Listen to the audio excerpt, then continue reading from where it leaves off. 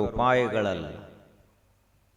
ಜೀವನದ ಗಳಿಕೆ ಅಧಿಕಾರ ಐಶ್ವರ್ಯಗಳಲ್ಲ. ಜೀವನದ ಗಳಿಕೆ ಯಾವುದು ಅಂದ್ರೆ ಸಂತೋಷ, ಆನಂದ. ತಿಳಿದಂಥವರೆಲ್ಲರೂ ಆನಂದವನ್ನೇ ಗಳಿಸ್ತಾರೆ. ತಿಳಿಯಲಾರದವರು ದುಃಖವನ್ನು ಕಟ್ಟಿಕೊಂಡು 100 ವರ್ಷ ಅಳ್ಕೋತ ಸಾಯ್ತಾರೆ. ತಿಳಿದವರಂದ್ರೆ ಯಾರು? ಯಾರಿಗೆ ತಿಳಿದವರು ಅಂತ ಕರಿಬೇಕು? ಯಾರನ್ನು ನೋಡಿದ್ರೆ ನಮಗೂ ಆನಂದ ಆಕ್ಕತ್ಲೆ ಅವರು ತಿಳಿದವರು. ಯಾರನ್ನು ನೋಡಿದ್ರೆ ದುಃಖ ಆಗ್ತೈತಲ್ಲ ಅವರು ತಿಳಿಯಲಾರದವರು. ಯಾರು ಪ್ರತಿಯೊಂದು ಹೆಜ್ಜೆಯನ್ನು ಎಚ್ಚರಿಕೆಯಿಂದ ಇಡ್ತಾರಲ್ಲ ಅವರೇ ತಿಳಿದವರು. ಯಾರು ತಿಳಿಯಲಾರದ ಹೆಜ್ಜೆಯನ್ನು ಇಡ್ತಾರಲ್ಲ ಅಂಥವರು ಜೀವನದಲ್ಲಿ ದುಃಖಿಗಳಾಗ್ತಾರೆ. ತಿಳಿದಂಥ ಮನುಷ್ಯ ಹೆಜ್ಜೆಯನ್ನಿಟ್ಟ ಒಬ್ಬ ದೊಡ್ಡ ಜ್ಞಾನಿಯಾದ. ತಿಳಿಯಲಾರದ ಮನುಷ್ಯ ಹೆಜ್ಜೆಯನ್ನಿಟ್ಟ ಅಜ್ಞಾನಿಯಾದ.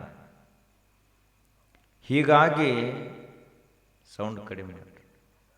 ಹೀಗಾಗಿ ನಮ್ಮ ಜೀವನ ಆನಂದಪೂರ್ಣವಾಗಬೇಕಂದ್ರೆ ವಿವೇಕದಿಂದ ಹೆಜ್ಜೆಯನ್ನಿಡಬೇಕು. ನಮ್ಮ ಜೀವನದ ಪ್ರತಿಯೊಂದು ಕ್ಷಣವೂ ಕೂಡ ವಿವೇಕದ ಮೇಲೆ ನಿಂತಿರಬೇಕು. ವಿವೇಕ ಇಲ್ಲದಂಥವನ ಜೀವನ ಏನಾಗ್ತದೆ ಹೇಳಲಿಕ್ಕೆ ಬರಂಗಿಲ್ಲ. ವಿವೇಕ ಅಂದರೆ ಏನು? ಯಾವುದು ಹಿತ ಮಾಡ್ತತಿ, ಯಾವುದು ಅಹಿತ ಮಾಡ್ತತಿ ಅನ್ನುವಂತಹ ವಿಶೇಷ ಬೌದ್ಧಿಕ ಶಕ್ತಿ, ಅದಕ್ಕೆ ವಿವೇಕ ಅಂತ ಕರೀತಾರೆ. ಈಗ ಸುಳ್ಳು ಹೇಳಿದ ಅಂದ್ರೆ ಈಗ ಸದ್ಯ ಅವಾಗ ಆರಾಮ ಅನ್ನಿಸ್ಬೋದು, ಆದ್ರೆ ಮುಂದೆ ಬಹಳ ದುಃಖ ಕೊಡ್ತೈತಿ, ಅಹಿತ ಉಂಟು ಮಾಡ್ತದೆ. ಸತ್ಯವನ್ನು ಹೇಳಿದ ಅಂದ್ರೆ ಈಗ ಹೇಳಾಗ ತ್ರಾಸಿರಬಹುದು, ಆದ್ರೆ ಮುಂದೆ ಅವನಿಗೆ ಸುಖ ಶಾಂತಿಯನ್ನು ಕೊಡುತ್ತದೆ. ಶೆರೆ ಕುಡಿಯುವಂಥದ್ದು ತಾತ್ಕಾಲಿಕ ಸುಖ ಕೊಟ್ಟರೂ ಕೂಡ ಶಾಶ್ವತವಾಗಿ ಅವನನ್ನು ದುಃಖಿಯನ್ನಾಗಿ ಮಾಡುತ್ತದೆ. ಅವನ ಆರೋಗ್ಯವನ್ನು ಕೆಡಿಸ್ತೈತಿ. ಆ ಬಳಿಕ ಅವನ ಕೌಟುಂಬಿಕ ನೆಮ್ಮದಿಯನ್ನು ಹಾಳು ಮಾಡ್ತದ. ಸಾಮಾಜಿಕ ಸ್ಥಾನಮಾನಗಳನ್ನು ಕಿತ್ತೊಗಿತದ. ಸಂಪತ್ತನ್ನೆಲ್ಲ ಖಾಲಿ ಮಾಡ್ತದ. ಇಂತಹ ಸೆರೆ ಅನ್ನುವಂಥದ್ದನ್ನ ಕುಡಿದ್ರ ಅಹಿತ ಆಗ್ತದ, ಕುಡಿಲಿಲ್ಲ ಅಂದ್ರೆ ಹಿತ ಆಗ್ತೈತಿ. ಹಿಂಗೆ ಹೇಳುವಂಥದ್ದು ಯಾವುದು ಅಂದ್ರೆ ವಿವೇಕ. ನಾವು ಏನಾಗಬೇಕು ಅಂದ್ರ ತಿಳಿದವರಾಗಬೇಕು. ತಿಳಿದವರಾಗಬೇಕಂದ್ರ ಕುಡಿಯಬಾರದು, ಸುಳ್ಳು ಹೇಳಬಾರದು, ಇನ್ನೊಬ್ಬರ ವಸ್ತುವನ್ನ ಬಯಸಬಾರದು. ಇದಕ್ಕೆ ತಿಳುವಳಿಕೆ ಅಂತ ಕರೀತಾರೆ. ಮಕ್ಕಳಿಗೆ ಶಿಕ್ಷಣ ಕಲಿಸುವುದು ಅಂದ್ರೆ ಏನು? ನಾವು ತಿಳಿದವರು, ಬಲ್ಲವರು, ದೊಡ್ಡವರು, ಹಿರಿಯರಾಗುವುದಂದ್ರೆ ಏನು ಅಂತ ಕೇಳಿದರೆ ನಮ್ಮ ತಿಳುವಳಿಕೆ ಮಟ್ಟ ಹೆಚ್ಚಾಗ್ತದೆ. ಇದರ ಅರ್ಥ ಏನು ಅಂದ್ರೆ ಧರ್ಮದ ಪ್ರಜ್ಞೆ ಹೆಚ್ಚಾಗಿದೆ ಅಂತ ಅರ್ಥ. ಯಾವ ಮನುಷ್ಯನಲ್ಲಿ ಧರ್ಮದ ಪ್ರಜ್ಞೆ ಕಡಿಮೆಯಾಗಿರ್ತದನೋ ಅವನೇ ತಿಳಿಯಲಾರದಂಥವ. ಬಹಳ ಜನರಿಗೆ ಧರ್ಮದ ಪ್ರಜ್ಞೆ ಕಡಿಮೆ ಇರ್ತದೆ. ಅವರು ತಾವು ದುಡಿದದ್ದು ತಾವ ತಿಂತಾರ, ಮಂದಿ ದುಡಿದದ್ದು ತಮಗ ಇರ್ಲಿ ಅಂತಾರ. ಇದಕ್ಕೆ ಹೆಂಗ ಧರ್ಮದ ಪ್ರಜ್ಞೆ ಅನ್ನೋದು? ಹಿಂಗೆ ಮಾಡುವಂಥ ಮನುಷ್ಯಾಗಿ ಹಿರಿಯ ಅಂತ ಹೆಂಗೆ ಕರೆಯುವುದು? ಇಂಥ ಮನುಷ್ಯ ಸಮಾಜದಲ್ಲಿ ದೊಡ್ಡವ ಅಂತ ಹೆಂಗೆ ಇವನಿಗೆ ಅನ್ಲಿಕ್ಕೆ ಸಾಧ್ಯದ? ಯಾರು ದೊಡ್ಡವರು ಅಂತ ಕೇಳಿದ್ರ, ಯಾರು ತಾವು ದುಡಿದದ್ದನ್ನು ಮಂದಿಗೆ ಉಣಿಸ್ತಾರಲ್ಲ ಅವರು ದೊಡ್ಡವರು, ಇನ್ನೊಬ್ಬರದ್ದು ಕಸ್ಕೊಳ್ಳೋರು ದೊಡ್ಡವರಲ್ಲ. ನಾವೇನಾಗಬೇಕು? ಸಮಾಜಕ್ಕೆ ಕೊಡುವವರಾಗಬೇಕು, ಸಮಾಜದಿಂದ ತಗೊಳ್ಳೋವರಾಗಬಾರದು. ಸಮಾಜದಲ್ಲಿ ನಮ್ಮ ಸ್ಥಾನಮಾನಗಳು ಎದರಿಂದ ಹೆಚ್ಚಾಗ್ತಾವಂದ್ರ ಬರೇ ರೊಕ್ಕ ರೂಪಾಯಿ ಮನೆಯಲ್ಲಿದ್ದ ಮಾತ್ರಕ್ಕೆ ಹೆಚ್ಚಾಗಂಗಿಲ್ಲ. 4 ಮಂದಿಗೆ ಕೊಟ್ಟ ಅಂದ್ರ, 4 ಮಂದಿಗೆ ಉಣಿಸಿ ಸಂತೋಷ ಪಟ್ಟ ಅಂದ್ರ ಅವನೇ ದೊಡ್ಡ ವ್ಯಕ್ತಿ ಸಮಾಜದಲ್ಲಿ. ನಮ್ಮ ಸಂಸ್ಕೃತಿಯ ಹಿರಿಯರು, ಋಷಿ ಮುನಿಗಳು, ಸಂತ ಮಹಾತ್ಮರು ನಮಗೇನು ಕಲಿಸಿ ಹೋಗ್ಯಾರ? ಶರಣರು ನಮಗೇನು ಕಲಿಸಿ ಹೋಗ್ಯಾರ? ದಾಸೋಹವನ್ನು ಕಲಿಸಿ ಹೋಗ್ಯಾರ, ಕೊಡುವಂಥದ್ದನ್ನು ಕಲಿಸಿ ಹೋಗ್ಯಾರ, ನಮಗ ದಾನ ಧರ್ಮಗಳನ್ನು ಕಲಿಸಿ ಹೋಗ್ಯಾರ. ನೀನು ಸಮಾಜದಲ್ಲಿ ಹೆಂಗ ಬದುಕಬೇಕು ಅಂದ್ರ ಧರ್ಮವಂತನಾಗಿ ಬದುಕಬೇಕು. ಯಾಕೆ ಅಂದ್ರ ಧರ್ಮವೇ ಈ ಜಗತ್ತಿನ ಪ್ರಾಣ.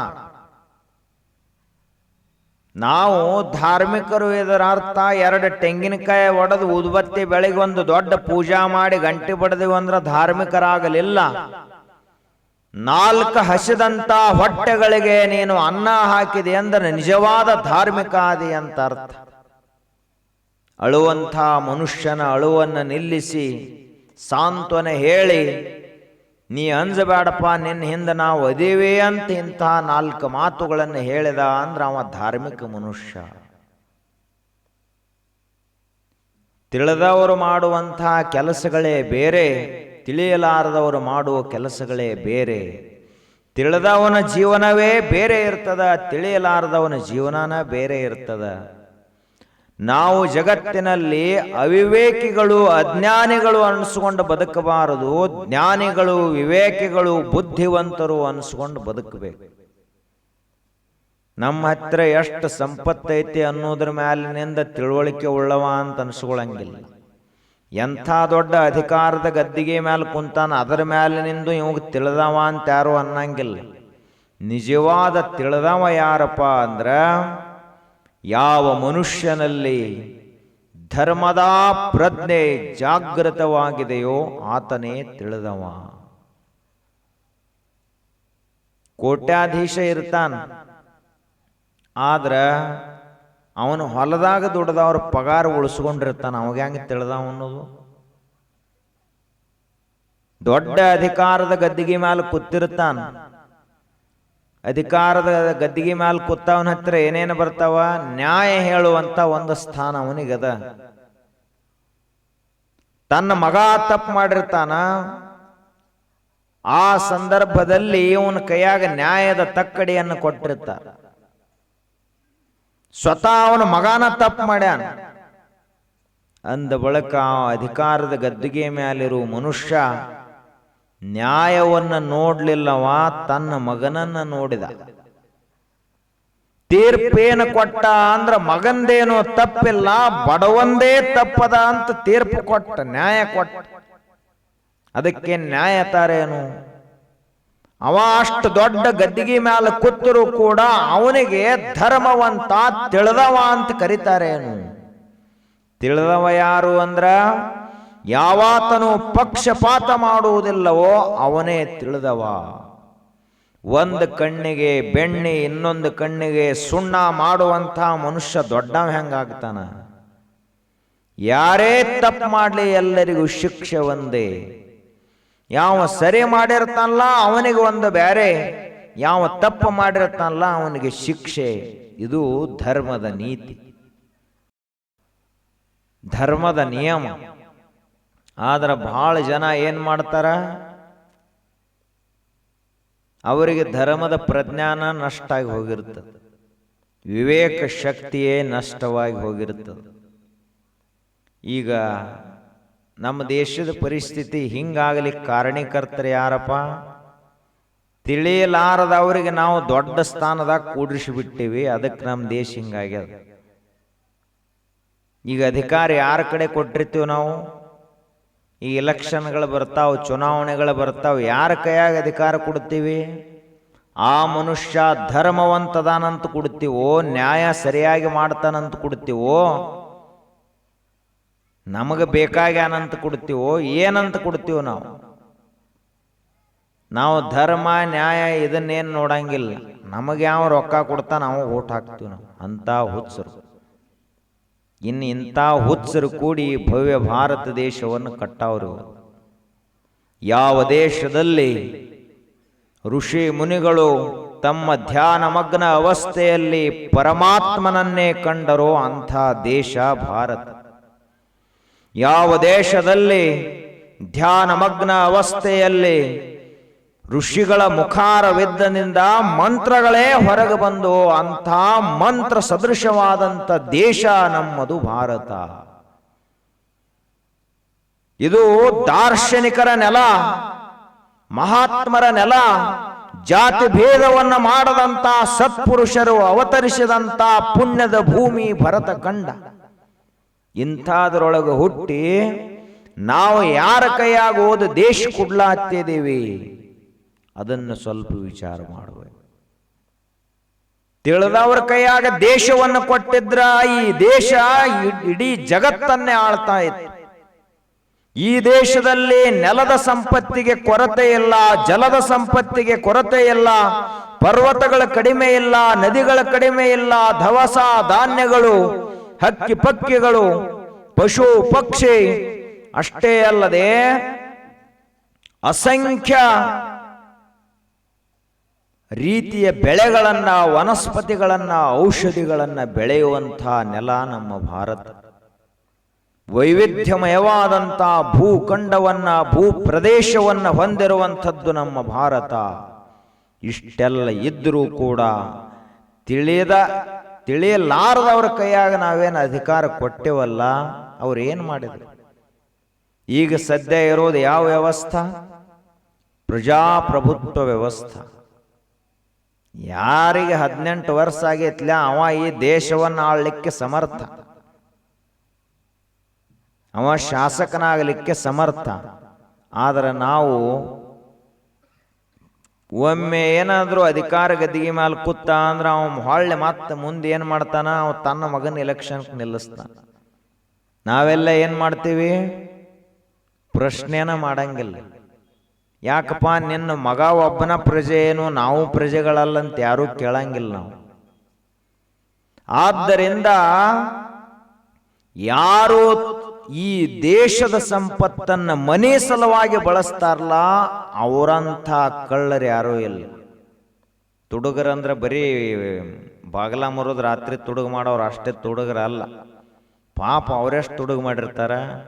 ಭಾಳ ಅಂದ್ರೆ 1-2 ಲಕ್ಷ ರೂಪಾಯಿ ತುಡುಗು ಮಾಡ್ಕೊಂಡು ಹೋಗಿ ಜೈಲಿನಾಗ ಬೀಳ್ತಾರ ಅವರು. ಆ ತುಡುಗರು ಖರೆ ತುಡುಗರಲ್ಲ ಅವರು. ನಿಜವಾದ ತುಡುಗರು ಯಾರಂದ್ರೆ ನಿಮ್ಮ ಕಡೆಯಿಂದ ಓಟ್ ಹಾಕ್ಸ್ಕೊಂಡು ನಿಮ್ಮ ಕೈಯಿಂದ ದೇಶದ ಚಾವಿ ತಗೊಂಡು ಇಡೀ ದೇಶವನ್ನೇ 1,00,000 ಕೋಟಿಗಟ್ಟಲೆ ಕಳ್ಳತನ ಮಾಡ್ತಾರಲ್ಲ ಇವರು ಖರೆ ತುಡುಗರು. ಆದರೂ ನಮ್ಮ ಮಂದಿ ಗೊತ್ತಾಗವಲ್ದು. ಮತ್ತೆ ಬಂದ್ರೆ MLA ಸಾಹೇಬರು ಬಂದ್ರು, MP ಗಳು ಬಂದ್ರು, ಮಿನಿಸ್ಟರ್ ಬಂದ್ರ ಅಂತ ಹೇಳಿ ನೀವು ರೆಡ್ ಕಾರ್ಪೆಟ್ ಹಾಸಿ ಅವರಿಗೆ ಸ್ವಾಗತ ಮಾಡಿ ಹಾರ ತುರಾಯಿ ಎಲ್ಲ ಹಾಕಿ ಹುಜೂರ್ ಅನ್ಕೋತ್ ನಿಂದಿರ್ತೀರಿ. ಎಂಥ ಭಾರತದು? ತುಡುಗರಿಗೆ ಇಷ್ಟು ಸ್ವಾಗತ ಮಾಡಬೇಕೆ? ನಿಮಗೆ ಹಕ್ಕು ಕೊಟ್ಟತ್ತೆ ಸಂವಿಧಾನ. ತಿಳಿದವರ ಕೈಯಾಗ ಧರ್ಮದ ತಂತ್ರ ಇರಬೇಕು, ನ್ಯಾಯದ ತಂತ್ರ ಇರಬೇಕು, ಅಧಿಕಾರದ ಗದ್ದುಗೆ ಇರಬೇಕು. ತಿಳಿಯಲಾರದವ್ರ ಕೈಯಾಗ ಕೊಟ್ರ ತಾವು ಹಾಳಾಗ್ತಾರ, ದೇಶವನ್ನು ಮಣ್ಣ ಪಾಲು ಮಾಡ್ತಾರ. ಯಾರ ಕೈಯಾಗ ದೇಶ ಕೊಡಬೇಕು? ನೇತಾಜಿ ಸುಭಾಷ್ ಚಂದ್ರ ಬೋಸರ ಕೈಯಲ್ಲಿ ದೇಶದ ಚುಕ್ಕಾಣಿ ಸಿಕ್ಕಿದ್ರ ಇವತ್ತಿಗೆ ಭಾರತ ವಿಶ್ವಗುರುವಾಗಿ ಮೆರೀತಾ ಇತ್ತು. ಅಂತಹ ವ್ಯಕ್ತಿ ನೇತಾಜಿ ಸುಭಾಷ್ ಚಂದ್ರ ಬೋಸ್. ಸರ್ದಾರ್ ವಲ್ಲಭಭಾಯಿ ಪಟೇಲ್ರ ಕಡೆಯಲ್ಲಿ ದೇಶದ ಚುಕ್ಕಾಣಿಯನ್ನು ಕೊಟ್ಟಿದ್ರ ಇವತ್ತಿಗೆ ನಮ್ಮ ಭಾರತ ಬಲಿಷ್ಠ ಭಾರತವಾಗಿ ಇಡೀ ವಿಶ್ವದಲ್ಲೇ ಒಂದು ಶಕ್ತಿಶಾಲಿಯಾದಂಥ ರಾಷ್ಟ್ರ ಆಗ್ತಾ ಇತ್ತು. ಆದರೆ ನಾವು ಯಾರ ಕಡೆಯಲ್ಲಿ ದೇಶ ಕೊಟ್ಟಿವಿ?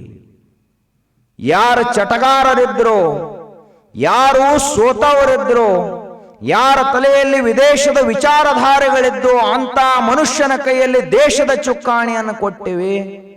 ಅದರ ಪರಿಣಾಮವಾಗಿ ಇವತ್ತು ಈ ದೇಶದಲ್ಲಿ ಇಷ್ಟು ಸಮಸ್ಯೆಗಳು ಜ್ವಲಂತವಾಗಿದಾವೆ. ಧಾರಾವಿ ಎತ್ತೊಂದದ ಮುಂಬೈದಲ್ಲಿ 20 ಲಕ್ಷ ಜನ ಸ್ಲಮ್ ಏರಿಯಾದಲ್ಲಿ ವಾಸ ಮಾಡ್ತಾರೆ. ಇಡೀ ಏಷ್ಯಾ ಖಂಡದ ಅತಿ ದೊಡ್ಡ ಗಟಾರ. ಸ್ಲಮ್ ಅಂದ್ರೆ ಏನು? ಗಟಾರ ಏರಿಯಾ. ಗಟಾರದಲ್ಲಿ ಯಾರು ಬದುಕ್ತಾರೆ ಏನು? ತಿಪ್ಪ್ಯಾಗ ಯಾರು ಟೆಂಟ್ ಹೊಡ್ಕೊಂಡಿರ್ತಾರೇನು? ಆದ್ರ ಧಾರಾವಿ ಅತ್ ಮುಂಬೈದಲ್ಲದ 20 ಲಕ್ಷ ಜನ ಬರೀ ತಿಪ್ಪಿ ಗಟಾರದೊಳಗೆ ಟೆಂಟ್ ಹೊಡ್ಕೊಂಡು ಬದುಕ್ತಾರಂದ್ರ ಈ ಎಲ್ಲ ಸ್ಲಮ್ ಏರಿಯಾ ನಿರ್ಮಾಣ ಆಗಲಿಕ್ಕೆ ಕಾರಣೀಕರ್ತರು ಯಾರು ಅಂದ್ರ ತಿಳಿಲಾರದವ್ರ ಕೈಯಾಗ ಅಧಿಕಾರ ಏನು ಕೊಟ್ಟಿವಲ್ಲ ಅದೇ ಕಾರಣ. ನಾವು ಬರೀ ತಾತ್ಕಾಲಿಕ ರೊಕ್ಕ ರೂಪಾಯಿಗಳನ್ನ ನೋಡ್ತೀವಿ ಹೊರತು ದೇಶದ ಹಿತವನ್ನು ನೋಡಂಗಿಲ್ಲ, ಧರ್ಮದ ಹಿತವನ್ನು ನೋಡಂಗಿಲ್ಲ. ಋಷಿ ಮುನಿಗಳು ಸಂತ ಮಹಾತ್ಮರು ಶರಣರು ಕೊಟ್ಟಂತ ಸಾಹಿತ್ಯವನ್ನು ಓದಂಗಿಲ್ಲ, ತಿಳ್ಕೊಳ್ಳಂಗಿಲ್ಲ. ಏನ್ ಮಾಡ್ಲಾಗ್ತಿದೀವಿ ನಾವು ಸುಖವಾಗಿರಬೇಕಾದ್ರ, ಆನಂದ ಪೂರ್ಣವಾಗಿರಬೇಕಂದ್ರ ತಿಳಿದವರ ದಾರಿಯನ್ನು ಹಿಡಿಬೇಕು, ತಿಳಿಯಲಾರದವರ ದಾರಿಯನ್ನಲ್ಲ. ಯಾರು ಈಗಾಗಲೇ ಆನಂದ ಪೂರ್ಣವಾಗಿ ಅದಾರಲ್ಲ ಅವರ 4 ಮಾತುಗಳನ್ನು ಕೇಳಬೇಕು, ತಲೆಯಲ್ಲಿ ನೆನಪಿಟ್ಟುಕೋಬೇಕು, ಜೀವನದಲ್ಲಿ ಆಚರಣೆಗೆ ತರಬೇಕು.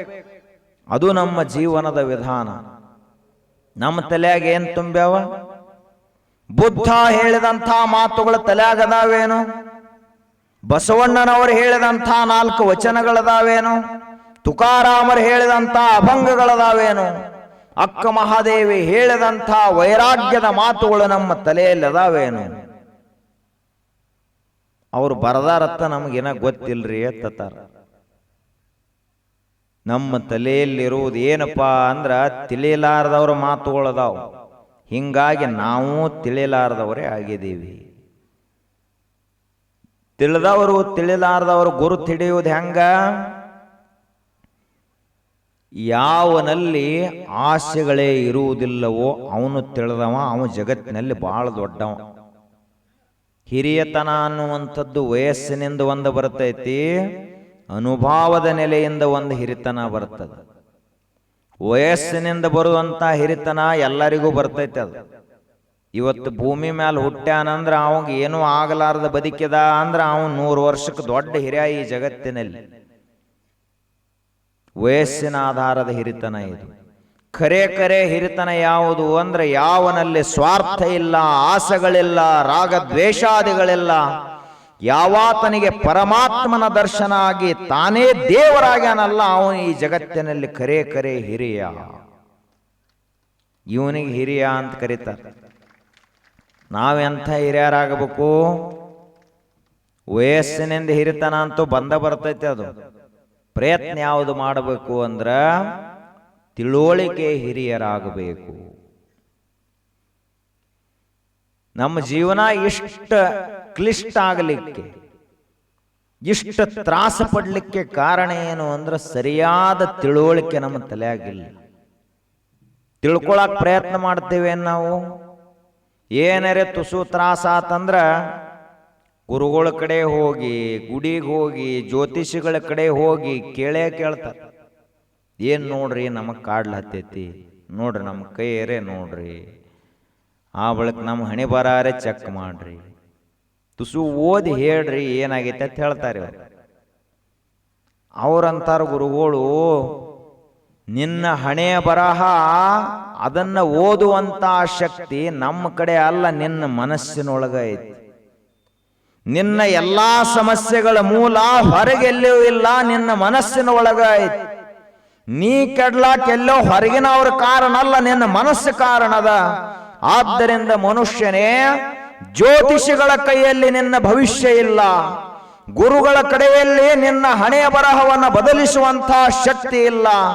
ಹಾಗಾದ್ರೆ ಅದೆಲ್ಲ ಎಲ್ಲದ ಅಂತ ಕೇಳಿದರ, ಉದ್ಧರೇದ್ ಆತ್ಮನಾತ್ಮಾನಂ ಆತ್ಮಾನಂ ಅವಸಾಧಯೇತ್, ಆತ್ಮೈವ ಹಿ ಆತ್ಮನಃ ಬಂಧು ಆತ್ಮೈವ ಹಿ ಆತ್ಮನಃ ರಿಪುಹು.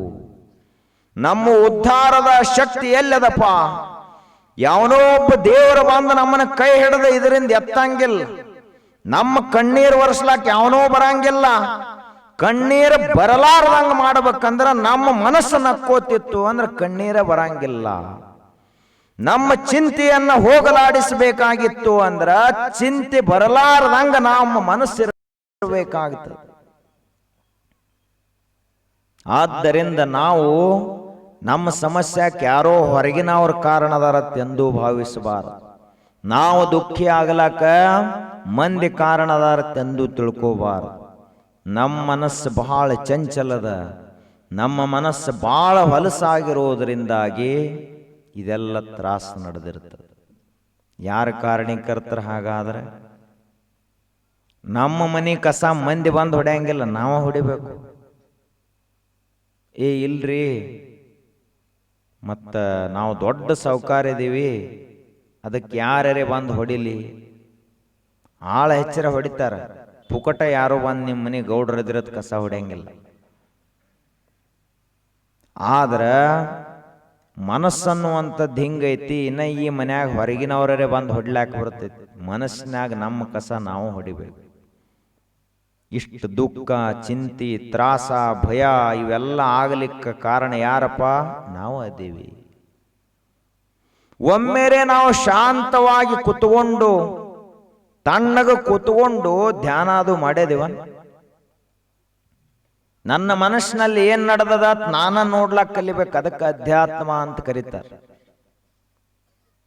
ನಾವು ಬರೇ ಹೊರಗಿಂದ ನೋಡ್ಕೋತ ಕೂತಿದ್ದೀವಿ.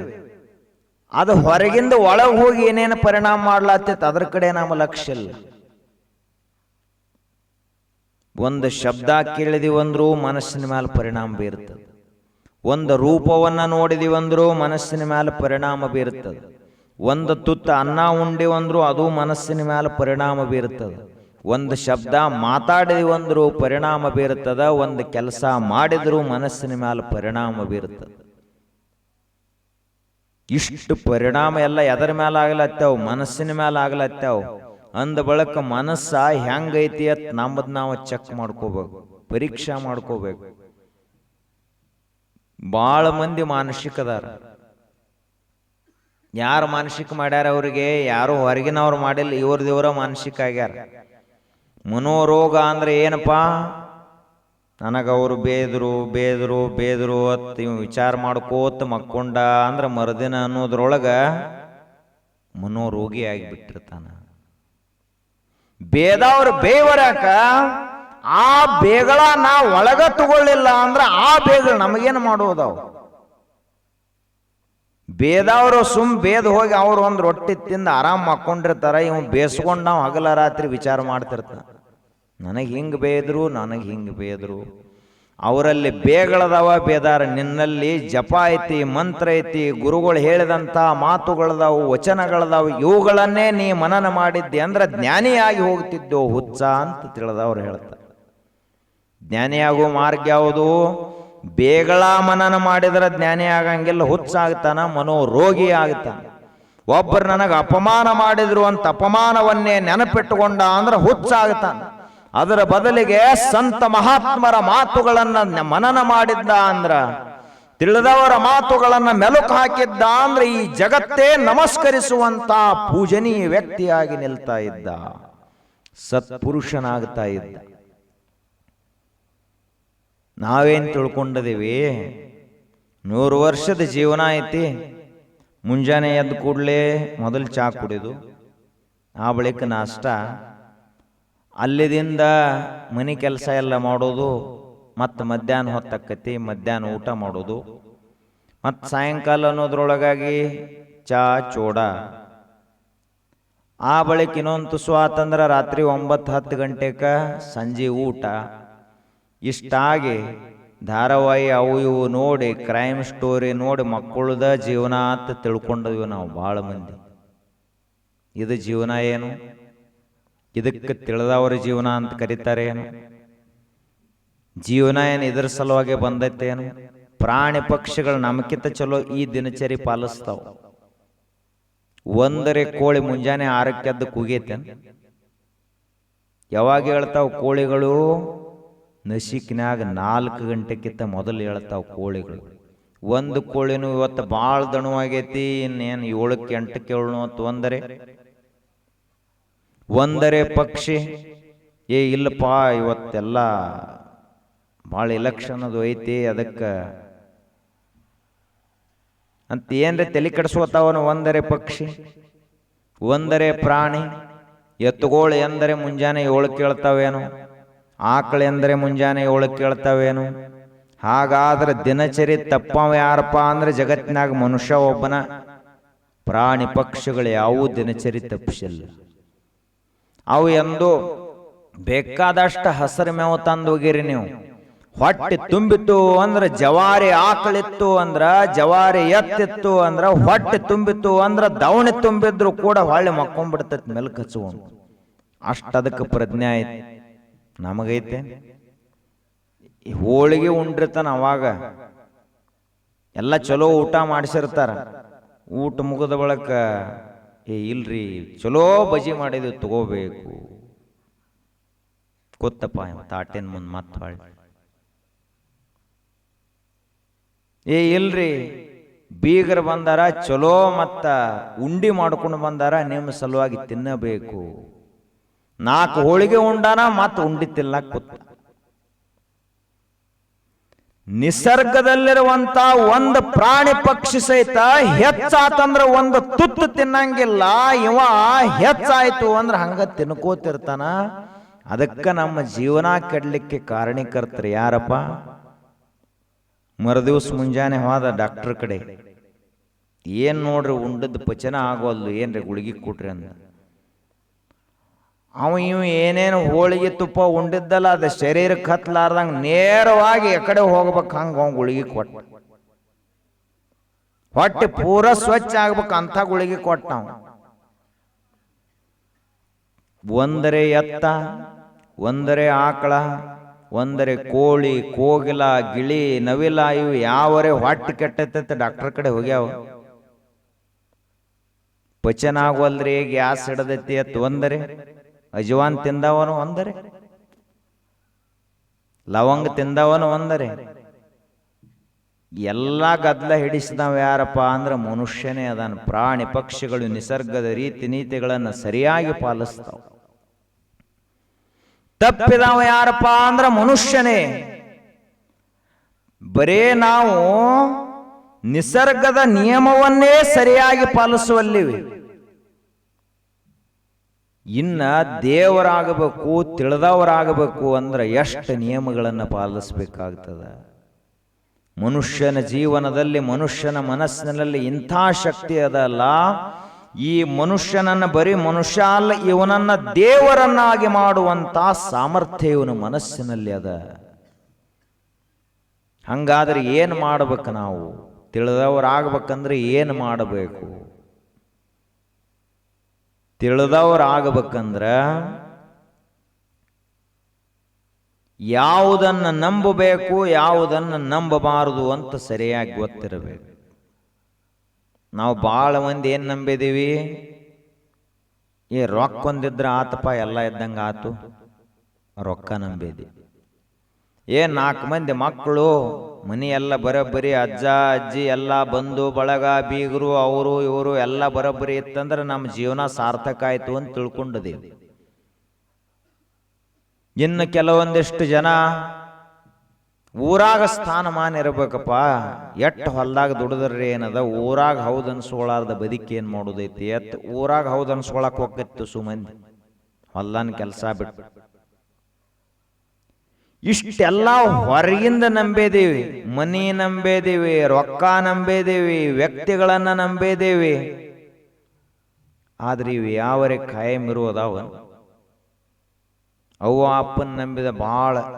ಇವರು ಒಟ್ಟ ನನ್ನ ಪಾಲಿನ ದೇವರು ಹೌದು, ತಾತ್ಕಾಲಿಕ, ಶಾಶ್ವತ ದೇವರು ಅವರು ಅಲ್ಲ.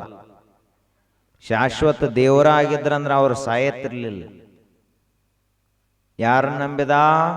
ಸತ್ತು ಹೋಗುವಂತಹ ತಂದೆ ತಾಯಿಗಳನ್ನು ನಂಬಿದೆವು. ಇವ್ರು ನನ್ನ ಕೈ ಬಿಡಂಗಿಲ್ಲ ಅಂತ ತಿಳ್ಕೊಂಡು ಅವಾಗ ರೋಗ ಆತ. ಅಪ್ಪನಿಗೆ 60 ವಯಸ್ಸಾದ ಬಳಿಕ ನರಳ್ಕೋತ ಹಾಸಿಗೆಯಲ್ಲಿ 1 ವರ್ಷ ಮಲಗಿದ. ಮುಂದಿನ ವರ್ಷ ಸತ್ವಾದ. ಕೈ ಬಿಟ್ಟವ ಅಪ್ಪ. ಅವ ಬಿಡಬಾರದಂದ್ರು ಈ ನಿಸರ್ಗ ಬಿಡಿಸ್ತ ಕೈ. ಅವ್ವ ಅಪ್ಪ ಸತ್ತ ಚಿಂತೆ ಒಳಗ, ತನ್ನ ಪತಿ ಸತ್ತಂತಹ ಚಿಂತೆ ಒಳಗ ಮರಿಗೆ ಮುಂದಿನ ವರ್ಷ ಆಕೆ ದೇಹ ಬಿಟ್ಲು. ಆಕೆನೂ ಈ ಮಕ್ಕಳನ್ನ ಬಿಡಬಾರದು ಅಂತಿದ್ಲು. ಆದರೂ ಕೂಡ ಸಾವು ಅನ್ನುವಂಥದ್ದು ಕೈ ಜೋರಾಗಿ ಬಿಡಿಸಿ ಕರ್ಕೊಂಡು ಹೋತಕ್ಕಿನ್ನು. ನೀವು ಯಾರನ್ನ ನಂಬಿದ್ದ?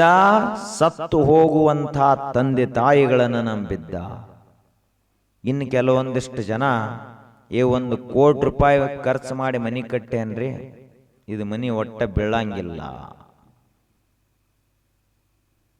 ನೀ 1 ಕೋಟಿ ಖರ್ಚು ಮಾಡಿ ಕಟ್ಟಿದೀಪ, ಅಲ್ಲೊಂದು ವಿಜಯನಗರ ಸಾಮ್ರಾಜ್ಯವನ್ನ ಲಕ್ಷಾಂತರ ಕೋಟಿ ರೂಪಾಯಿ ಖರ್ಚು ಮಾಡಿ ಮುತ್ತ ರತ್ನಗಳನ್ನ ಸೇರಿನಿಂದ ಅಳದ ಮಾರಾಟ ಮಾಡುವಷ್ಟು ದೊಡ್ಡ ಪ್ರಮಾಣದಲ್ಲಿ ಕಟ್ಟಿದ್ರು ಅವರು ರಾಜ ಮಹಾರಾಜ. ಆದರೆ ಇವತ್ತು ಹಂಪಿಯನ್ನು ಹೋಗಿ ನೋಡಿದರೆ ಏನಾಗ್ಯದ? ಹಾಳು ಕೊಂಪೆ ಆಗ್ಯದ ಹೊರತು ಅಲ್ಲಿ ಒಂದು ಮುತ್ತಿಲ್ಲ, ರತ್ನಿಲ್ಲ, ಏನೂ ಇಲ್ಲ. ಎಲ್ಲ ಬಾವಲಿಗಳ ಬಂದ ಜೋತು ಬಿದ್ದಿರ್ತಾವ, ಅಂಥ ಹಂಪಿ ಆಗ್ಯದ. ಮಂಗ್ಯಾಗಳು ಆಟ ಆಡ್ತಾವ, ಅಂಥ ಹಂಪಿ ಆಗ್ಯದ. ತಿನ್ಲಾಕ ಒಂದು ತುತ್ತು ಅನ್ನ ಸಿಗಂಗಿಲ್ಲ, ಅಂಥ ಹಂಪಿ ಆಗ್ಯದ.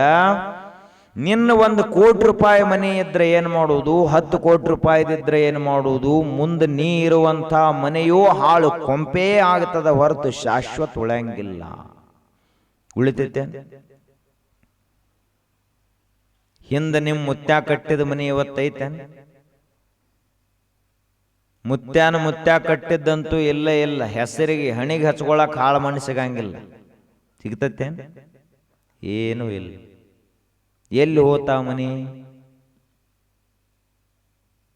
ಆದ್ದರಿಂದ ಮನೆಯನ್ನ ನಂಬಲಾಕ್ ಹೋಗಬೇಡ. ಬಿದ್ದು ಹೋಗುವಂಥ ಮನೆ ಇದು. ಹುಟ್ಟಿದ ಹುಳವೊಮ್ಮೆ ಸಾಯುವುದು, ಕಟ್ಟಿದ ಮನೆಯೊಮ್ಮೆ ಬೀಳುವುದು, ಸೃಷ್ಟಿಯ ನಿಯಮವಿದೋ ಅಂತ ಭಜನಾ ಪದದಲ್ಲಿ ಹೇಳ್ತಾರೆ. ಸೃಷ್ಟಿಯ ನಿಯಮ ಇದು. ಯಾವ ಜೀವಿ ಹುಟ್ಟದಲ್ಲ ಅದು ಸಾಯಲೇಬೇಕು. ಹುಟ್ಟುವುದು ಯಾಕೆ ಅಂದ್ರೆ ಸಾಯಲಿಕ್ಕೆ ಹುಟ್ಟುತ್ತದನೆ ಹೊರತು ಕಾಯಂ ಇರ್ಲಾಕ ಯಾವುದು ಹುಟ್ಟಂಗಿಲ್ಲ ಈ ಜಗತ್ತಿನೊಳಗ. ಎದಕ್ಕೆ ಹುಟ್ಟುತ್ತದ? ಸಾಯಲಾಕ. ಎದಕ್ಕೆ ಕಟ್ಟುತ್ತೀವಿ ಅಂದ್ರ ನಾಳೆ ಬೀಳುವುದದ, ಅದಕ್ಕಾಗಿ ಇವತ್ತು ಕಟ್ಲ ಹತ್ತಿದ್ದೀವಿ. ಕಾಯಂ ಬೀಳಲಾರದಂಥ ಕಟ್ಟಡವನ್ನ ದೇವರಿಗೆ ಕಟ್ಲಾಕಾಗಿಲ್ಲ ಅಂದ ಬಳಕ ನಾವ್ಯಾಂಗ ಕಟ್ಲಾಕ ಸಾಧ್ಯ ಐತಿ? ಈ ಭೂಮಿ ನಿರ್ಮಾಣ ಮಾಡಿದವ ಯಾರು? ಇಷ್ಟು ಭೂಮಿ ಐತಿ, ಸೂರ್ಯ, ನಕ್ಷತ್ರಗಳು, ಚಂದ್ರ ಇವೆಲ್ಲವನ್ನ ಕಟ್ಟಿದಂಥವ ಯಾರಂದ್ರ ದೇವರದಾನ. ದೇವರ ಕಟ್ಟಿದ್ರು ಕೂಡ ಇವೆಲ್ಲ ಕಾಲಾಂತರದಲ್ಲಿ ಬಿದ್ದು ಹೋಗ್ತಾವ, ಯಾವೂ ಶಾಶ್ವತ ಹಿಂಗ ಇರಂಗಿಲ್ಲ. ಇನ್ನೊಂದು 1000 ಕೋಟಿ ವರ್ಷದ ನಂತರ ಈ ಜಗತ್ತಿನಾಗ ಒಂದು ನಕ್ಷತ್ರ ಇರಂಗಿಲ್ಲ, ಒಂದು ಗ್ಯಾಲಕ್ಸಿ ಇರಂಗಿಲ್ಲ, ಒಂದು ಚುಕ್ಕೆ ಇರಂಗಿಲ್ಲ, ಒಂದು ಗ್ರಹ ಇರಂಗಿಲ್ಲ. ಎಲ್ಲ ಶೂನ್ಯ, ಬಯಲಾಗಿರ್ತದ ಹೊರತು ಮತ್ತೇನಿರಂಗಿಲ್ಲ. ದೇವರು ಕಟ್ಟಿದ್ದ ಬಿದ್ದು ಹೊಕ್ಕೈತೆ ಅಂದ ಬಳಕ ನಮ್ಮಂತ ನರಮಾನವರು ಕಟ್ಟಿದ ಕಟ್ಟಡೆಯಲ್ಲಿ ಉಳಿಬೇಕು, ಬಿದ್ದ ಹೊಕ್ಕೈತೆ. ಅದಕ್ಕ ಮನೆ ನಂಬಲಾಕ್ ಹೋಗಬೇಡ. ಹಂಗತ್ ನಾಳಿದಿಂದ ಹೊರಗ ಮಕ್ಕಳಕ್ ಚಾಲೋ ಮಾಡಿರಿ. ಮತ್ತ ಏನ್ರಿ, ನಾಳೆ ಆದ್ರೂ ಬೀಳುದೈತಿ, ಇಂದಾದ್ರೂ ಬೀಳುದೈತಿ, ಅದಕ್ಕೆ ಪ್ರವಚನ ತೆಲಿಗೆ ಹತ್ತೈತಿ, ನಮಗ ಮನಸ್ಸಿಗೆ ಹತ್ತೈತಿ, ಏನ್ ನಾವು ಮನ್ಯಾಗ ಇರಂಗಿಲ್ಲ ಅಂದ್ರ ಹುಚ್ಚಿಡದೈತಿ ಎತ್ತ. ಬೀಳುವಂಥ ಶರೀರ, ಸಾಯುವಂಥ ಶರೀರ, ಬೀಳುವಂಥ ಮನೆ, ಇದು ಎಲ್ಲದರ ನಡು ಬೀಳಲಾರದಂತಹ ಸಾಯಲಾರದಂತಹ ಒಂದು ಶಕ್ತಿ ಅದ. ಅದನ್ನು ತಿಳ್ಕೋಬೇಕು. ಅದಕ್ಕೆ ಅಧ್ಯಾತ್ಮ ಅಂತ ಕರೀತಾರೆ. ಯಾವುದದು? ಸಾಯಂಗಿಲ್ಲ, ಆದ್ರೆ ಎಲ್ಲೈತಿ? ಸಾಯು ಶರೀರದೊಳಗ ಐತಿ. ಬೀಳಂಗಿಲ್ಲ, ಆದ್ರೆ ಎಲ್ಲೈತಿ? ಬೀಳುವ ಮನೆ ಒಳಗನ ಐತಿ. ಸಹಜ ತಿಳ್ಕೊಳ್ಳೋದಾದ್ರ ಕಟ್ಟಡ ಬೀಳ್ತೈತಿ. ಕಟ್ಟಡ ಬಿದ್ದರೂ ಆಕಾಶ ಬಿತ್ತಪ್ಪ ಅಂತ ಎಲ್ಲರೇ ಐತನ್? ಬಯಲು ಬಿತ್ತಪ್ಪ ಅಂತ ಎಲ್ಲರೇ ಐತನ್? ನಾವು ಒಂದು ದೊಡ್ಡ ಮನೆ ಕಟ್ಟಿದೀವಿ ಅಂದ್ರೆ ಬಯಲು ಕಟ್ಟಿದಿವತ್ ಯಾವರೇ ಅಂತಾನೇನು? ಆಕಾಶವನ್ನು ಕಟ್ಟಿದಿವತ್ ಯಾವರೇ ಅಂತಾನೇನು? ಆಕಾಶವನ್ಯಾವನು ಕಟ್ಟಲೂ ಇಲ್ಲ, ಆಕಾಶವನ್ಯಾವನು ಕೆಡವಲೂ ಇಲ್ಲ. ಆಕಾಶ ಇಲ್ಲಂದ್ರ ಮನೆ ಕಟ್ಲಾಕು ಆಗ್ತಾ ಇರ್ಲಿಲ್ಲ, ಕೆಡವಲಾಕು ಆಗ್ತಾ ಇರ್ಲಿಲ್ಲ. ಆದ್ದರಿಂದ ಯಾವುದು ಬೀಳದೆ ಯಾವಾಗಲೂ ಇದ್ದಂಗ ಇರ್ತೈತಲ್ಲ, ಅದುವೇ ಬಯಲು. ಯಾವುದು ಸಾಯುವುದಿಲ್ಲ, ಆದರೂ ಕೂಡ ಹುಟ್ಟುವುದಕ್ಕಿಂತ ಮೊದಲೇ ಇತ್ತು. ಈ ದೇಹ ಸತ್ತ ನಂತರ ಕೂಡ ಅದೇ ರೀತಿಯಾಗಿರ್ತದಲ್ಲ, ಅದಕ್ಕೆ ಆತ್ಮ, ದೇವರು, ಪರಮಾತ್ಮ ಅಂತ ಕರೀತಾರೆ. ಏನ್ ತಿಳ್ಕೋಬೇಕಾಗ್ಯದ? ನಾವು ಇದನ್ನು ತಿಳ್ಕೋಬೇಕಾಗ್ಯದ. ಯಾವುದನ್ನು ನಂಬಿದೀವಿ ನಾವು? ಯಾವುದು ನಾಶ ಆಗ್ತೈತೆ ಅದನ್ನ ನಂಬೇದೀವಿ, ಯಾವುದು ಶಾಶ್ವತ ಐತಲ್ಲ ಅದನ್ನ ನಂಬೇ ಇಲ್ಲ. ಏನೇನ್ ನಂಬಿದೀವಿ? ಮಕ್ಕಳು ಮೊಮ್ಮಕ್ಕಳು ನಂಬಿದೀವಿ. ಯಾಕೆ ನಂಬಿದೀವಿ? ನಮಗೆ ವಯಸ್ಸಾತಂದ್ರೆ ಮುಂದೆ ನಮ್ಮ ವ್ಯವಸ್ಥೆ ಅದು ಮಾಡ್ತಾ ಹುಡುಗರು. ಅವು ಮಾಡೋದೆಲ್ಲ ತಲ್ಲ, ಆದ್ರ ಖಾಯಂ ಆಗಿ ನಿನ್ನ ಜೊತೆಗೆ ಯಾರೂ ಇರಂಗಿಲ್ಲ ಈ ಜಗತ್ತಿನೊಳಗೆ. ನಿಮ್ಮ ಅಜ್ಜ ಅಜ್ಜಿ ಇರಲಿಲ್ಲ, ಅವರು ದೇಹ ಬಿಟ್ಟು ಹೋದರು. ನಿಮ್ಮ ಅವ್ವ ಅಪ್ಪ ಹೋದರು. ನಿಮ್ಮ ಮಕ್ಕಳು ಅವರು ಹೋಗ್ತಾರ, ಒಂದು ಸಮಯ ಬತ್ತಂದ್ರ ಬೇರೆ ಆಗ್ತಾರ. ಮೊಮ್ಮಕ್ಕಳು ಹೋಗ್ತಾವ, ಮಕ್ಕಳು ಎಲ್ಲೋ ಹೋಗ್ತಾರ, ಸೊಸೆಯಂದ್ರ ಎಲ್ಲೋ ಹೋಗ್ತಾರ. ಕರ್ಮಾನುಗೋ ಗಚ್ಚತಿ ಜೀವ ಏಕಃ. ಒಬ್ಬನೇ ಬಂದಾನ, ಒಬ್ಬನೇ ಹೋಗುದು ಈ ಜಗತ್ತಿನ. ಏ ಬೀಗರ ಬಾಳದಾರಿ, ಅವ್ರನ್ನ ಬಿಟ್ಟು ಹೆಂಗ್ ಹೋಗುದು ಯಮಧರ್ಮಗನ ಲೋಕಕ್ಕಂದ್ರ? ಅವ ಯಮ ಅಂತಾನ, ಬರಾಗ ಹುಟ್ಟಾಗ ನೀ ಇಬ್ರು ಹುಟ್ಟಿಲ್ಲ, ನೀ ಒಬ್ಬನ ಹುಟ್ಟಿದೆ ಅಂದ ಬಳಕ ಸಾಯಾಗನು ಒಬ್ಬನ ಸಾಯತ್ ಒಬ್ಬನ ಕರ್ಕೊಂಡು ಹೋಗ್ತಾನ ದೇವ್ರು. ಆದ್ದರಿಂದ ಏನ್ ನಂಬಿದೀವಿ ನಾವು? ಯಾವುದು ನಾಶ ಆಗ್ತೈತೆ ಅದನ್ನ ನಂಬಿದೀವಿ, ಯಾವುದು ಯಾವಾಗಲೂ ಐತೆಲ್ಲ ಅದನ್ನ ನಂಬೇ ಇಲ್ಲ. ಯಾವಾಗಲೂ ಇರುವಂಥ ಆತ್ಮತತ್ವ ನಮ್ಮ ಒಳಗೆ ಅದ, ಅದನ್ನು ನಂಬಿಲ್ಲ. ಸಂಸಾರವೆಂಬುದೊಂದು ಗಾಳಿಯ ಸೊಡರು, ಎಂಥ ವಚನ ಹೇಳ್ಯಾರ ಬಸವಣ್ಣವರು. ಆದ್ರೆ ನಮಗೆ ಇವು ನೆನಪ ಇರಂಗಿಲ್ಲ. ಸಂಸಾರವೆಂಬುದೊಂದು ಗಾಳಿಯ ಸೊಡರು, ಸಿರಿ ಎಂಬುದೊಂದು ಸಂತೆಯ ಮಂದಿ ಕಂಡಯ್ಯ. ಇದನ್ನೆಚ್ಚಿ ಕೆಡಬೇಡ, ಸಿರಿ ಎಂಬುದ ಮರೆದು ಪೂಜಿಸು ನಮ್ಮ ಕೂಡಲ ಸಂಗಮ ದೇವನ. ಈ ಪ್ರಪಂಚ ಹೆಂಗೈತಪ್ಪ ಅಂದ್ರ, ಸೊಡರು ಅಂದ್ರ ದೀಪ, ಗಾಳಿಯ ಸೊಡರು. ದೀಪ ಎಲ್ಲಿ ಹಚ್ಚಿಡ್ತೀರಿ ನೀವೆಲ್ಲ? ಮಹಾನವಮಿ ಒಳಗೆ ಹಚ್ಚಿಟ್ಟಿರ್ತಿರ್ಲ ದೀಪ. ಎಲ್ಲ ಕಿಟಕಿ ಎಲ್ಲ ಪ್ಯಾಕ್ ಮಾಡ್ತೀರಿ, ಬೆಕ್ಕ ಬರ್ಲಾರ್ದಂಗ ಬಾಗಲ ಮುಚ್ಚಿ ಮಾಡಿ 9 ದಿವಸ ದೀಪ ಕಾಯ್ಬೇಕಂದ್ರ ರಾಮಾಯಣ ಆಗಿ ಹೋಗ್ತದೆ. ತಾಯಂದ್ರಿ ಎಷ್ಟು ಕಷ್ಟಪಡ್ತೀರಿ, ಬರೇ 9 ದಿವಸ ಆರ್ಲಾರ್ದಂಗ ದೀಪ ಉರಿಸ್ಬೇಕಂದ್ರ ಎಷ್ಟೋ ಲೀಟರ್ ಎಣ್ಣೆ ಹಾಕ್ತೀರಿ, ಬತ್ತಿ ಚಾಸ್ತೀರಿ, ಹಗಲ ರಾತ್ರಿ ಕಾದ್ರು ಕೂಡ ಒಮ್ಮೆ ಆರೇ ಬಿಡ್ತಾವ.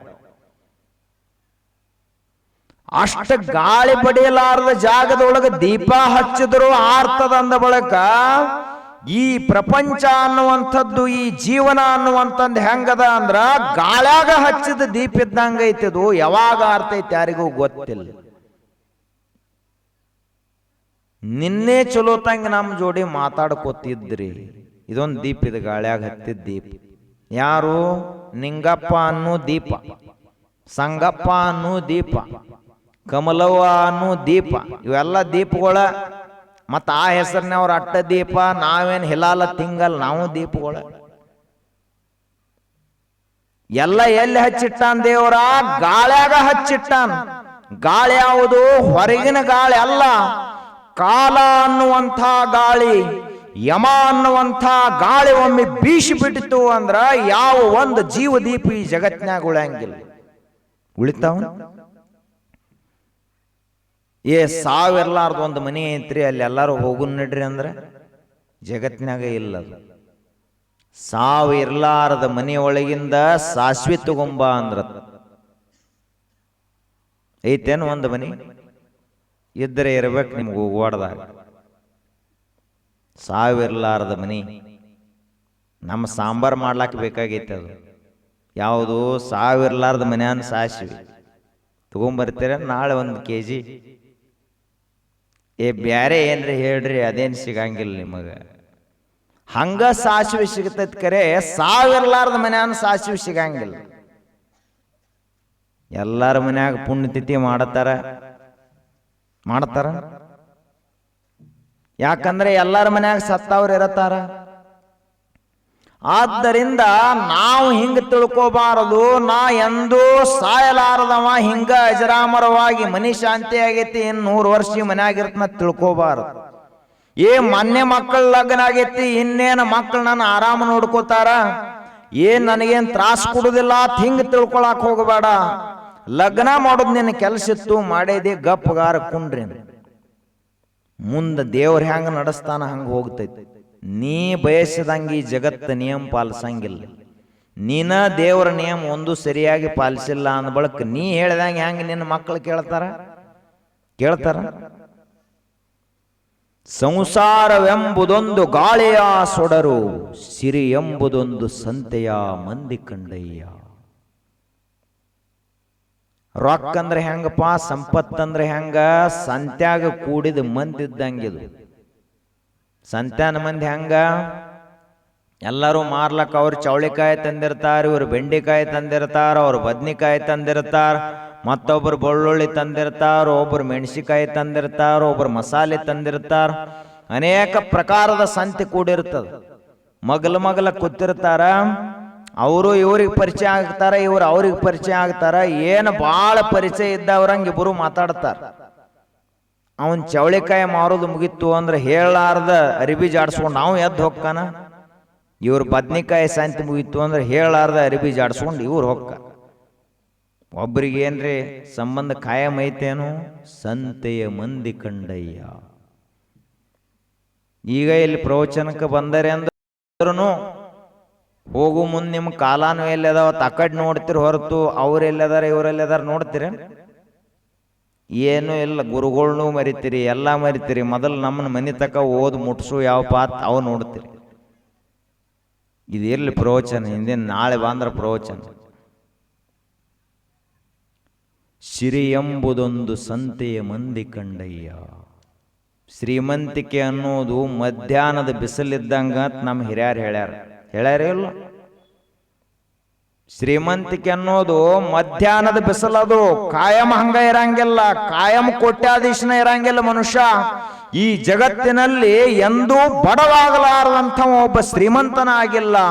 ಇಂದು ಶ್ರೀಮಂತಿಕೆ ಏರಿರ್ತದ ಅಂದ್ರ ನಾಳೆ ಇಳಿಲಾಕ ಏರಿರ್ತೈತಿ. ಇಂದು ಬಡವಾಗಿರ್ತಾನಂದ್ರ ನಾಳೆ ಶ್ರೀಮಂತ ಆಗ್ಲಾಕ ಇವತ್ತು ಬಡವಾಗಿರ್ತಾನ ಅಂತ ನಾವು ತಿಳ್ಕೋಬೇಕು. ಇದ ನೀತಿ, ಇದ ಜಗತ್ತಿನ ನಿಯಮ. ಕಾಯಂ ಯಾವರ ಶ್ರೀಮಂತದಾನೇನು? ಹೌದಪ್ಪ, ಅವ ಶ್ರೀಮಂತ ಕಾಯಂ ಅದಾನ, ಕಾಯಂ ಸಾವುಕಾರದಾನ, ಕಾಯಂ ಗೌಡದಾನ, ಹಿಂಗೇನಿಲ್ಲ. ಇಂದ ಅವ್ರ ಮನ್ಯಾಗ ಜೀತಕ್ಕಿದ್ದವನ ನಾಳೆ ಗೌಡ್ರನ್ನ ಕೊಂಡು ತಗೊಳ್ಳೋಟ್ಟು ಬೆಳಿತಾನ. ಅದ್ ಹೆಂಗಪ್ಪ ಅಂದ್ರೆ ಹರಿಯು ನೀರಿದ್ದಂಗೆ ಎಲ್ಲಿ ಕಾಯಂ ನಿಲ್ಲಂಗಿಲ್ಲ. ಆದ್ದರಿಂದ ಸಿರಿ ಎಂಬುದೊಂದು ಸಂತೆಯ ಮಂದಿ ಕಂಡಯ್ಯ. ಗಾಡಿ ಗೋಡ ಹೊಲ ಮನಿ ಬಂಧು ಬಳಗ ಇದೆಲ್ಲ ಹೆಂಗ ಸಂತ್ಯಾಗಿನ ಮಂದಿ ಇದ್ದಂಗ. ಚೌಳಿಕಾಯಿ ಬಂದಂಗ ಯಾರೋ ಬರ್ತಾರ ಮನಿಗೆ. ಬೀಗರೆಲ್ಲ ಚೌಳಿಕಾಯಿ ಇದ್ದಂಗ ತಿಟ್ಕೊಳ್ಳೋದು. ಬದ್ನಿಕಾಯಿ ಇದ್ದಂಗಂದ್ರ ಬಂಗಾರ ಬೆಳ್ಳಿ ರೊಕ್ಕ ರೂಪಾಯಿ ಬದ್ನಿಕಾಯಿ. ಕುಂಬಳಕಾಯಿ ಇದ್ದಂಗ ಹೊಲ ಮನಿ ಎಲ್ಲ ಸಂತಿ ಮಂದಿದು. ಚೌಳಿಕಾಯಿ ನಮಗ ಬೇಕು ನಿಮಗ ಬೇಕತ್ ಕೆಲವೊಂದಿಷ್ಟು ಮಂದಿ ತಗೊಂಡು ಹೋಗಿ ಬಿಡ್ತಾರ. ಬೀಗರು ಯಾರು ಬರಂಗಿಲ್ಲ ಮನೆಗೆ. ಯಾಕ? ಇವನು ಮನೆಗೆ ಸಾಲ ಆಗ್ಯದ. ಬಂಧುಗಳು ಆದವರು ಬಂದುಂಡು ಹೋಗುವರು, ಬಂಧನವ ಕಳೆಯಲರಿಯರು. ಒಂದು ದೊಡ್ಡ IAS ನೌಕರಿ DC ಆದಂತ ಇಟ್ಕೊಳ್ಳೋನು. ದೂರಿನವರೆಲ್ಲ ಆ ಅಡ್ಡೆಸರಿನವರೆಲ್ಲ ಅವಾಗ ಸಂಬಂಧಿಕರಾಗಿ ಬಿಡ್ತಾರ. ಅವಾಗ ಈ ಊರಲ್ಲ, ಎಲ್ಲೋ ದೂರಿನ ಪವಣ್ಯಾರೆಲ್ಲ ಅವನ ಕಡೆ ಬರ್ತಾರ. ಏನ್ ನಮ್ಮವನರಿ ಆ ಹುಡುಗ, ಅವೇನೀಗ DC ಆಗ್ಯಾನ ನೋಡ್ರಿ. ಬಹಳ ಸಮೀಪದ ಸಂಬಂಧಿಕ ಅವ ಎದರಿಂದ ಸಂಬಂಧಿಕ ಆಗ್ಯಾನ? ಸಮೀಪದವ. ಈಗ ಸದ್ಯ DC ಆಗ್ಯಾನತ್ DC ನೋಡಿ ಬಂದಾರೆ ಅವರು. ನೌಕರಿ ನೋಡಿ ನಮ್ಮ ಸಂಬಂಧಿಕಲ್ಲ ಅಂತಾರ ಹೊರತು ಖರೆ ಅವರು ನಮ್ಮ ಬೀಗರು ಅಲ್ಲ, ಸಂಬಂಧಿಕರು ಅಲ್ಲ. ಹಿಂಗ ಎಲ್ಲರೂ ಬಾಳ ಸಾಲ ಮಾಡಿದ ಅಂದ್ರೆ ಮನ್ಯಾಗಿರೋ ಹೆಂಡತಿನ ಬೇಯಲಕ್ ಚಾಲೂ ಮಾಡ್ತಾರ. ನೋಡಲ್ಲಿ ಮಗಲ್ ತುಸು, ನಿನಗೇನು ಜೀವನ ಬಾಳೆ ಮಾಡ್ಲಕ್ ಬರ್ತೈತಿ ಏನು? ಎಷ್ಟು ಸಾಲ ಮಾಡಿದೆ ಅಂದ್ರೆ ಹೊರಗೆ ಎದ್ದು ಹೋಗುವುದ ಕಷ್ಟ ಆಗೈತೆ. ಅಷ್ಟು ಸಾಲ ಮಾಡಿದೆ ಎತ್ತು ಮನ್ಯಾನ ಅವ್ರು ಬೇಯ್ತಾರ. ಆದ್ದರಿಂದ ಈ ಜಗತ್ತಿನಲ್ಲಿ ಸಂಪತ್ತ ಸಿರಿ ಇದೆಲ್ಲವೂ ಹೆಂಗಪ್ಪ ಅಂದ್ರ ಸಂತಿ ಮಂದಿದ್ದಂಗ. ಯಾವುದು ಇಲ್ಲಿ ಕಾಯಂ ಉಳ್ಯಂಗಿಲ್ಲ ನಮ್ಮ ಜೊತೆಗೆ. ಇದ ನೆಚ್ಚಿ ಕೆಡಬೇಡ ಸಿರಿ ಎಂಬುದ. ಮನೆ ಮಾರ, ಆಸ್ತಿ ಪಾಸ್ತಿ, ಬಂಧು ಬಳಗ, ಹೆಂಡತಿ ಮಕ್ಕಳು ಗಂಡ ಇವರನ್ನ ನಂಬಿ ಜೀವನ ಕಳಿಬೇಡ. ತಾತ್ಕಾಲಿಕವಾಗಿ ನಂಬು. ಖರೆ ಇವ್ರನ್ನ ನಂಬಿದೆ ಅಂದ್ರೆ ಹೋಗಿ ದೊಡ್ಡ ತೆಗ್ನ್ಯಾಗ ಬೀಳುತ್ತೆ ಅಂತ ಮಹಾತ್ಮರು. ಒಂದು ಚಳಿಗಾಲದ ಸಮಯ, ನೆನಪಿಟ್ಟುಕೋರು, ಕತ್ತಿ ಭಾಳ ಚಲೋ ಐತಿ. ಚಳಿಗಾಲದೊಳಗ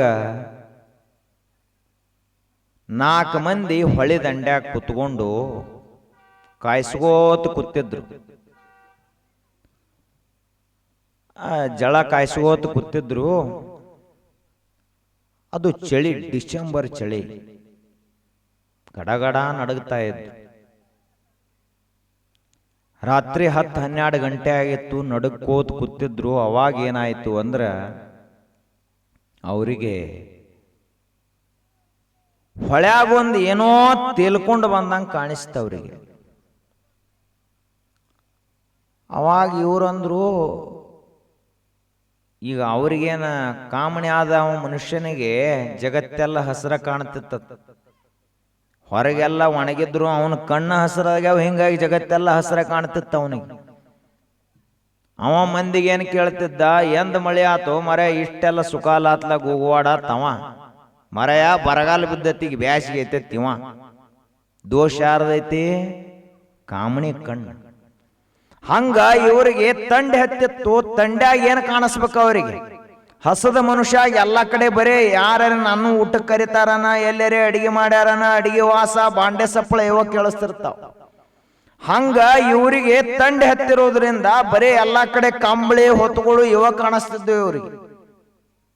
ಅವಾಗ ಹೊಳ್ಯಾಗ ನೋಡಿದ್ರು ಕಂಬಳಿ ತೇಲಿ ಬಂದಂಗೆ ಕಾಣಿಸ್ತೀವ್ರಿ.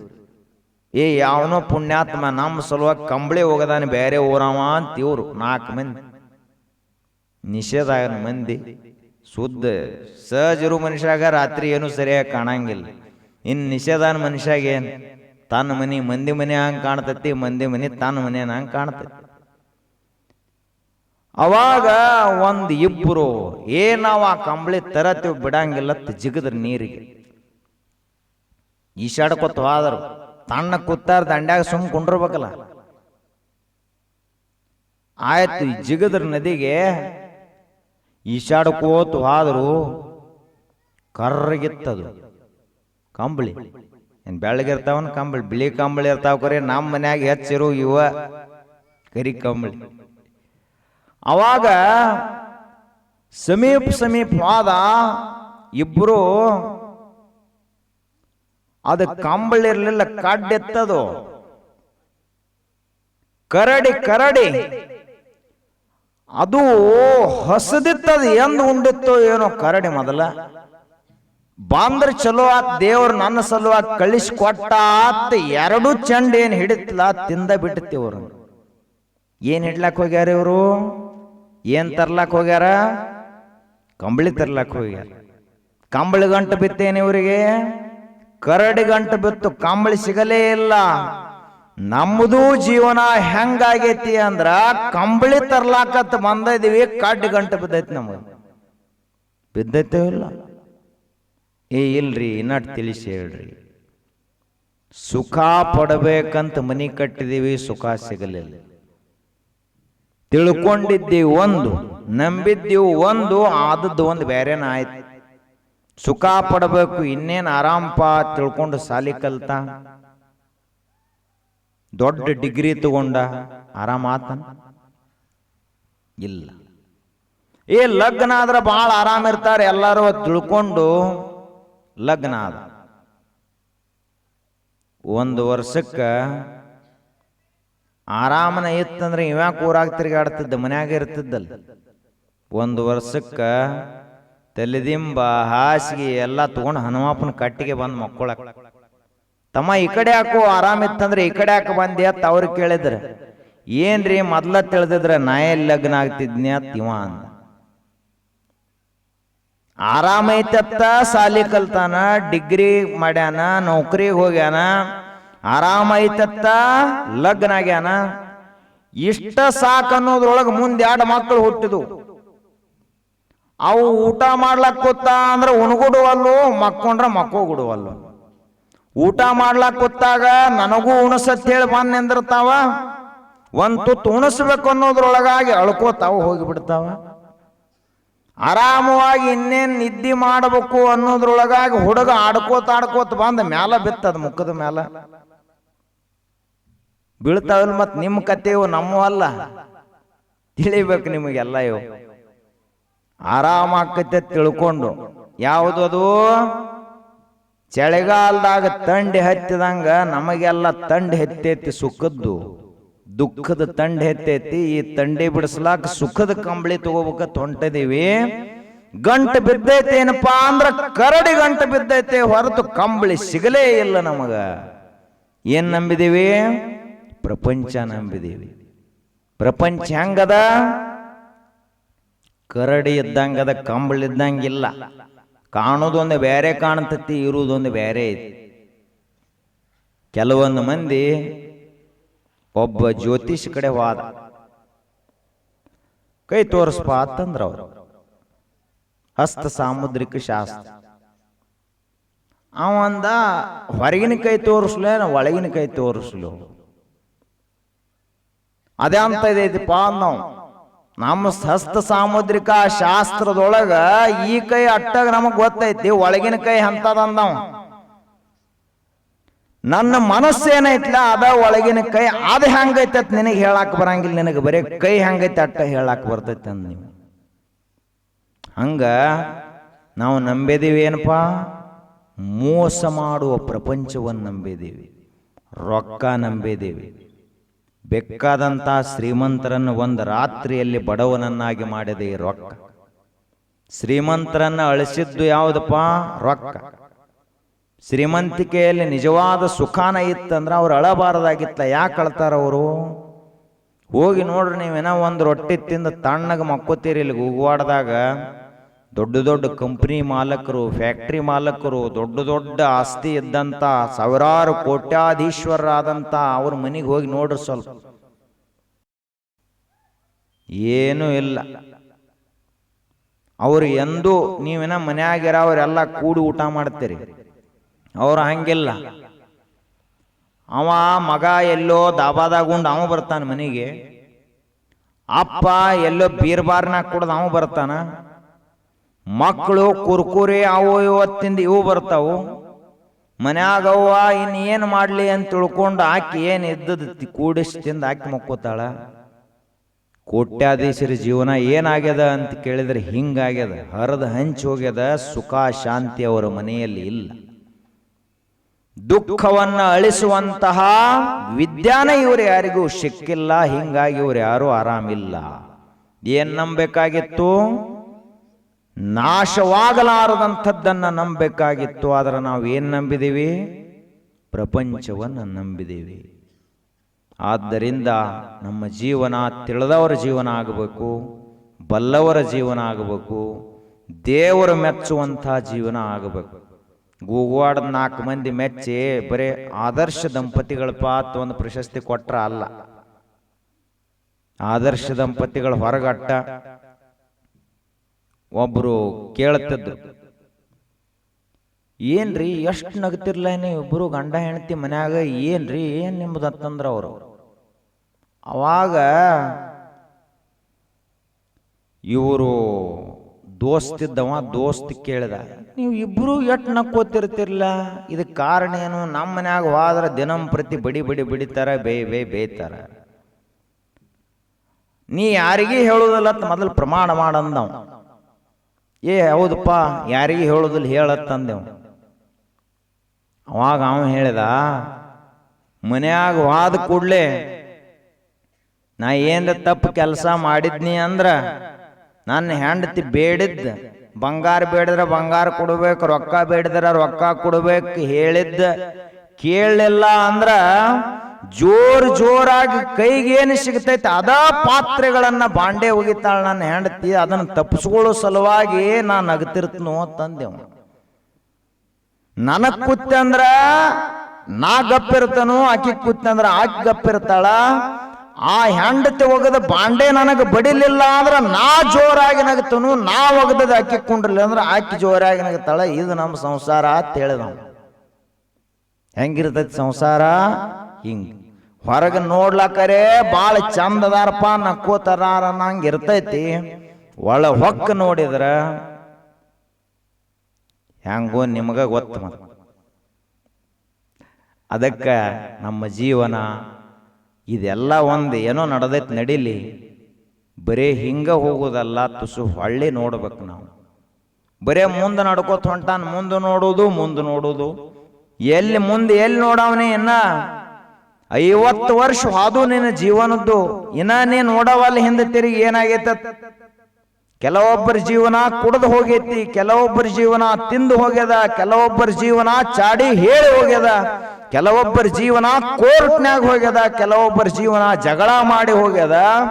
ಜೀವನ ಅನ್ನುವುದು ಇದಕ್ಕಾಗಿ ಬಂದಿಲ್ಲ, ಪರಮಾತ್ಮನ ನಾಮಸ್ಮರಣೆಗಾಗಿ ಬಂದದ ಅಂತ ಮಹಾತ್ಮರು ಹೇಳ್ತಾರೆ.